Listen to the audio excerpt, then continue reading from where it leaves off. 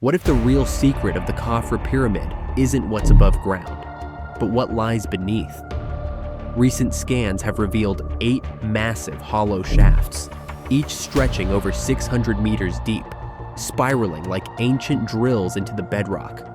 Some say they're structural, others believe there's something far more intentional. One emerging theory? These were mines, cut directly beneath the pyramid, used to extract limestone from below, rather than haul it from the Tura quarries 15 kilometers away. A lost method of in-situ construction, efficient, hidden, ingenious. But the scans hint at more. 2 enormous, mostly hollow cube-shaped chambers connected to the shafts. Some researchers suggest these may have once housed energy devices, perhaps linked to an ancient power system. Maybe even the remains of a lost subterranean city buried deep beneath the sands. Could the Great Pyramid have been built not above the land, but out of it? And could it still be guarding a forgotten power, far older than dynastic Egypt itself?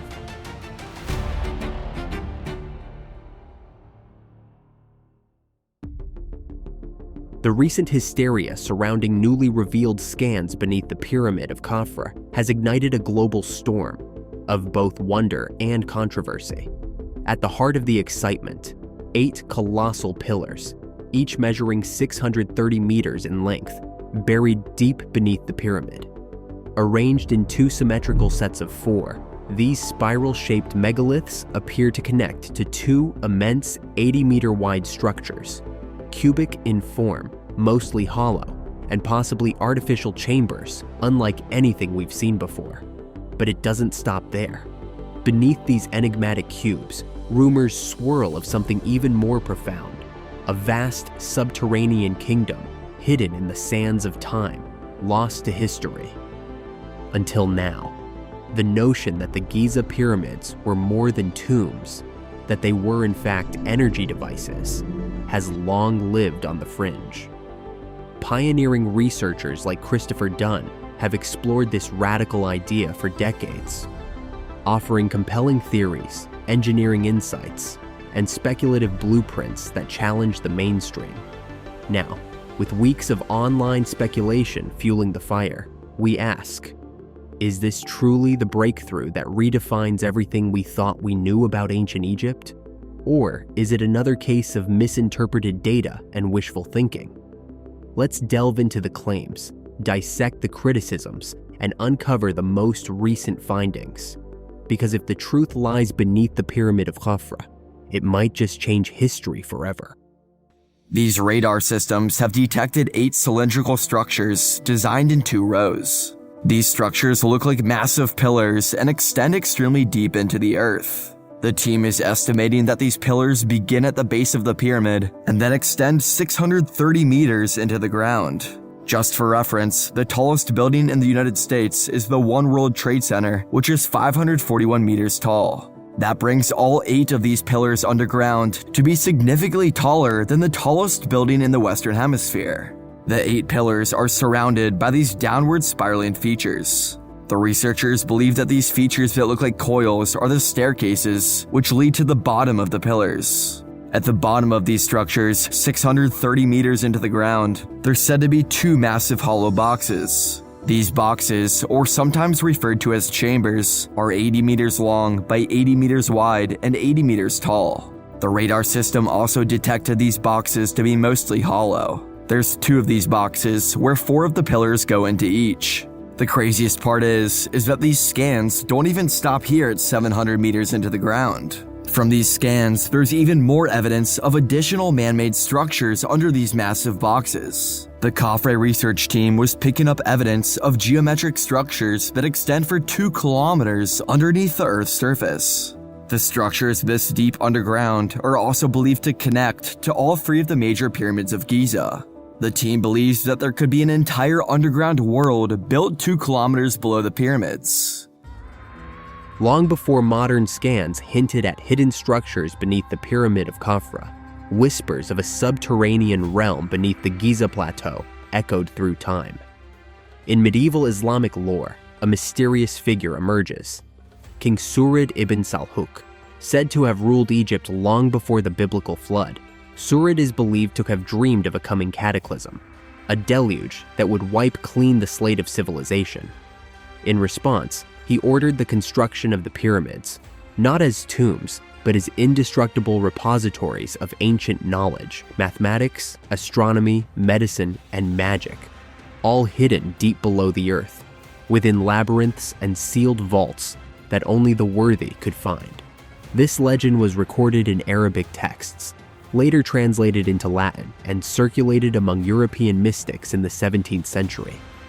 Some claim that what we call the Great Pyramid is merely the tip of an ancient technological iceberg, a monument guarding access to a forgotten underground city, a civilization swallowed by sand and time. Contrary to that, let's look at a figure referenced by many an armchair archaeologist, a man who many have built their theories around, particularly when based around either fantastical dual pyramids or indeed underground labyrinths. At one point, Herodotus traveled down the Nile River to Lake Moeris. Lake Moeris was a giant freshwater lake fed by the Nile. Near the city was the labyrinth, a wonder beyond description, as Herodotus puts it, and I speak as someone who has seen it with his own eyes. Even the pyramids come second to the labyrinth. It was a sprawling maze of thousands of courtyards, walls, and rooms, both above and below the ground, sounding like something more out of fantasy than history. But even the lake itself was a wonder. Herodotus claims that it was entirely man-made, dug into the earth by the hands of countless Egyptian laborers, under the direct orders of a long-dead pharaoh. Now, his evidence for this was intriguing, as it was, well, yet another wonder. Clear evidence that Lake Moeris was excavated by human hand is furnished by the lake itself, for almost in its dead center there are two pyramids, both of which project above the surface of the water to a height of 50 fathoms, and extend below it in an identical distance. Both are also surmounted by a seated figure on a throne, colossal in size and made of stone. These are the twin pyramids of Lake Moeris, each standing 600 feet high, over 150 feet taller than the Great Pyramid of Giza. But at this point, you as the viewer are likely asking some questions. Why haven't I heard of these pyramids before? If they existed, why aren't they as famous as their smaller cousins? And how come there are no pictures of them beyond a couple old drawings? Well, I hate to break it to you, but the twin pyramids of Lake Moeris likely didn't exist. At least not in the way Herodotus describes them. You see, our buddy has a problem. Well, quite a few problems. He was prone to mistakes. Gradually, the histories were shown to be filled with copious amounts of errors and misinformation, to the point that some critics have called Herodotus the father of lies, rather than the father of history. A great example of this phenomena can be seen in Herodotus' description of the Great Pyramid of Giza. Herodotus writes that the Great Pyramid was 800 feet high. Now, its true height is closer to 500, meaning the Greek almost doubled its height for his book. It's easy to put blind faith in ancient voices like Herodotus. After all, he was revered as the father of history. But when we examine his claims closely, we often find ourselves wandering through a world more rooted in myth than fact. His vivid tales of lost pyramids and labyrinths beneath lakes captivate the imagination, but time has shown many of them to be deeply flawed or outright wrong. And yet, even as these old stories unravel, our fascination with ancient mysteries only grows. Today, archaeology is no longer the dusty pursuit of academics. It's a global obsession, captivating everyone from school children to seasoned researchers. And that obsession has led to a surge in both technology and interest.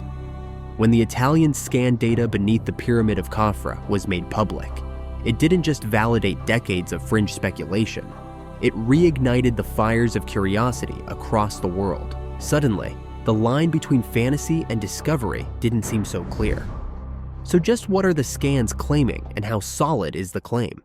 When we discovered the coils under the Pyramid of Khafra, we elaborated two kinds of possible solution in the effort to understand why those shafts were built under the Pyramids of Khafra.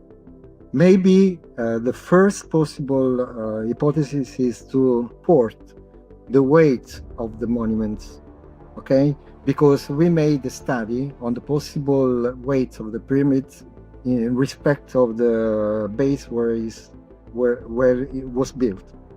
And without these labs, the monument very likely would collapse. So these labs is very important limestone that is at the base of the pyramids, connected to the tubular, the coils that goes in the underground. Another possibility is a technical use of the shafts, and maybe they are connected to the use of energy. But of course, those are also hypotheses that we must study scientifically, but exploration is very important. Within hours of the Italian team's initial release, the scientific community responded with skepticism. Dr. Zahi Hawass, Egypt's former Minister of Antiquities, dismissed the findings as completely wrong, emphasizing that the techniques used were neither scientifically approved nor validated. Radar expert Professor Lawrence Conyers from the University of Denver highlighted the limitations of SAR technology, noting that it cannot penetrate solid rock to the depths claimed. He described the notion of an underground city as a huge exaggeration. Moreover, the study has not undergone peer review, and no excavation permits have been granted by Egyptian authorities, casting further doubt on the legitimacy of the findings. While the allure of hidden chambers beneath the pyramids is undeniably fascinating, it's crucial to approach such claims with a critical eye, relying on rigorous scientific methods and peer-reviewed research to distinguish fact from fiction. So how do we assess this? What are the issues here, besides the fact that it just sounds preposterous that there are structures larger than the Empire State Building underneath the pyramids of Giza? Okay. Problem number one, when you do remote sensing, you need to do something called ground truthing. When archaeology has been doing remote sensing for many generations, and what we have found is that when we do things like remote sensing, what that means is you're trying to look at things that are really far away, sometimes that are underground. Is the data this team is producing actually showing what we do know at the Giza Plateau? Why do these people's scans not actually show caves that we know are there? So if there are caves there, we know they are there, they should show up in these scans if these scans are accurately depicting underground voids and underground structures like those caves. So the initial bit of ground truthing seems to me, I've seen several discussions about this on social media with archaeologists, that the data that's presented is not actually showing what we have real physical knowledge of, caves that we have been in, voids that we know about in the pyramids, and things like that. This method, the SAR method, does not penetrate more than 2 meters through rock, even using up-to-date advanced machine learning and AI methods to be able to inversely, to invert the penetration depth of these SAR signals. So this is a real big smoking gun issue. These are not new methods. These are well-known methods that have limitations in what they can tell us about what is happening underground. And this team has not demonstrated that they have solved those problems, because these are well-known problems that we cannot trust the data beyond a meter or two in desert environments or through rock. And here are some of the 3D models that they have created based on this scan data, showing these, what I would call spring-like formations below the King's Chamber, and these relieving chamber type structures that they refer to as the Z. So how did they model these 3D Z type structures inside of the Central Pyramid, and how did they get the idea that these things actually exist? So remember this scan from the first paper showing these horizontal beam type features that were detected in the relieving chamber area around the King's Chamber? These new scans are picking up something similar inside of the Central Pyramid. Now, as always, I have some ideas about the functionality of these new features. For example, the subterranean features that they describe as hollow wells with spiral staircases, not staircases at all, but perhaps operating like a spring or a shock absorber mechanism, very similar to the spring and cantilever system that I described in the Great Pyramid. And I know I'm being critical about all of this, but I do see some serious issues with this technology. Mainly, its inability to detect the known chambers, which, once again, I don't see in this image at all. Now, I am still excited and enthusiastic about the potential. This is a previously released SAR scan image from Corrado Malanga, showing these comb-like features below the central pyramid, which he originally interpreted into a 3D model that you can see here, with this structure running right down the center of the central pyramid. But for some reason, in the new model, they have moved it completely over to the west side, now featuring some tank-like chambers here and here that connect into what appeared to me to be a system of distribution pipes. So I definitely like the idea about speculating on the potential function of these new systems. But how they go from this to this is simply beyond me. Interestingly, despite the initial hysteria, there are a number of young influencer researchers that are calling time on what they call bogus claims. Mini Minuteman, who describes himself as an archaeology educator and environmental scientist, has been a voice of reason and speculation about these claims. While it would be easier to jump on board the hype train, he takes a more sensible and skeptical approach. So I've been sort of hoarding like crazy person Instagram reels for the last week. And so largely what I want to do in this video is go through just how crazy it is that misinformation can spread so fast and so far. So the claim goes like this. In a press conference earlier this month, a couple of researchers claimed that they found evidence of 8 2-kilometer-long cylindrical structures underneath Khafre's pyramid. This is the image that most of us are probably familiar with about this discovery. I don't think I have ever used the word discovery more liberally in my life. We see the columns stretching down into the ground with some spiraling things around them and then 2 massive chambers at the bottom. Now that image looks pretty convincing, right? I mean, you wouldn't just pull a technical looking image like that out of your ass to mislead people, right?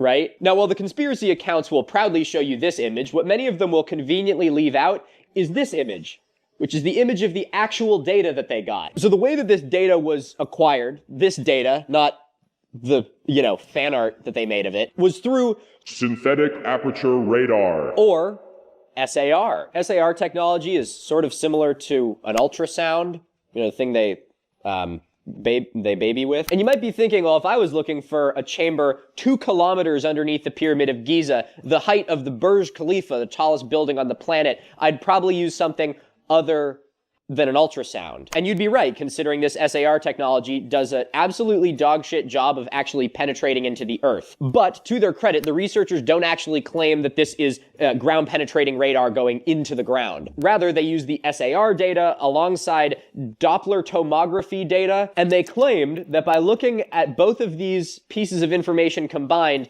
they were not looking into the Earth, but they were analyzing micro movements in the Earth, which they could then interpret to see shapes underground. Now again, you can check out Flint's video to learn more about this because he talks to someone who specializes in this stuff. I am not a ground penetrating radar or sonar expert. So all of this data, which I might also add, was acquired from a satellite 680 kilometers above the Earth, produced this piece of data, which was then interpreted as this. I think we should do more ultrasounds from high Earth orbit. I feel like that could be a niche that could be quite profitable. For over a century, mainstream archaeology has insisted the Great Pyramid of Giza was a royal tomb, built with brute manpower and simple tools. But engineer Christopher Dunn saw something else entirely. Not a tomb, but a machine. In the 1990s, Dunn introduced a radical idea. The Great Pyramid wasn't just a symbolic structure, it was a functional one, a technological device, a power plant engineered with impossible precision to harness and amplify natural energies. He wasn't just speculating, he was measuring. Inside the king's chamber, Dunn found evidence of high-frequency vibrations, resonances that suggested the entire structure once acted like a massive acoustic generator. He pointed to the granite box in the chamber, carved with such microscopic precision it rivaled modern machine tolerances. He examined the strange wear patterns, the crystalline composition of the granite, and the alignment of the grand gallery, and proposed it functioned as a resonant tuning chamber, designed to amplify vibrations generated from the earth itself. According to Dunn, water from the Nile may have flowed through subterranean passages, creating energy via pressure and resonance. That energy, he claimed, was transmitted through quartz-bearing granite, producing microwave-like power. And the mysterious shafts? Not spiritual tunnels to the stars, but harmonic waveguides engineered for energy transfer. Dunn's hypothesis isn't accepted by Egyptologists, but for engineers, physicists, and open-minded seekers, it offers a thrilling possibility that our ancestors may have understood and mastered forms of energy science we've only just begun to rediscover. What if the Great Pyramid was more than just a monument to a dead king? What if it was a living machine, one that once hummed with the heartbeat of the earth itself? What type of machine do you believe that this pyramid is, and how does it work? In my first book, it was called the Giza Power Plant, as you know. And Yes. okay, so the Giza Power Plant described the Great Pyramid. I described it as a coupled oscillator, in that it was connected to the Earth. Its proportions were an integer to the Earth, and it was tuned harmonically to the vibrations of the Earth. That was what I proposed. And as such, it reacted to the Earth's pulse or the Earth's hum vibrations, and through that they were able to stimulate electron flow in the central granite chamber, and produce microwave energy. So basically, I described it as a maser, but it was maser, like a solid state maser. So you theorized that the pyramids were harvesting energy and generating energy to power whatever civilization created them. Yeah. And how do they get power from the pyramids? How do they get it? How do they use it? Oh, how do they use it? Yeah. That is a good question. It's a question I get asked a lot. The problem that we have is when you look at the pyramids, so you go to Egypt and you walk around the pyramids and the temples, you look at the skeleton of a civilization. Obviously, there's so much that's missing, that has disappeared over time. Right. We don't know why. And so when you ask the question, well, what were they powering? We don't find any microwave ovens out in the desert. So, I mean, if you ask me what my whole role is in this thing, I would say I'm a mechanic that comes across an engine in the desert, and I'm trying to figure out what the engine does, right? And so in order to figure it out, I need a lot of help. I need the assistance of experts in different fields, physicists, electrical engineers, acoustic engineers, geologists, materials engineers, all of those people have input. In the world of ancient mysteries, few theories are as bold as Christopher Dunn's power plant hypothesis. As a precision engineer, Dunn viewed the Great Pyramid not as a tomb, but as a machine, He proposed it was built to harness natural earth vibrations, amplify sound, and even generate power. Granite in the king's chamber, rich in quartz, could react piezoelectrically under pressure. The air shafts, precision waveguides. The grand gallery, a resonance chamber amplifying harmonic frequencies from below. The theory explains the pyramid's unmatched precision and strange features like the unfinished subterranean chamber. But critics argue no physical evidence, like wires or chemical residue, supports this energy concept. Still, the conventional tomb theory has its own flaws. No mummy was found, and Khufu's name appears only once, under questionable circumstances. Many advanced Egyptian structures may have been inherited, not built, by the dynastic Egyptians. So perhaps the Great Pyramid is the legacy of a forgotten civilization that understood energy, resonance, and Earth's hidden forces. Dunn may not have solved the mystery, but he's challenged us to ask the right questions.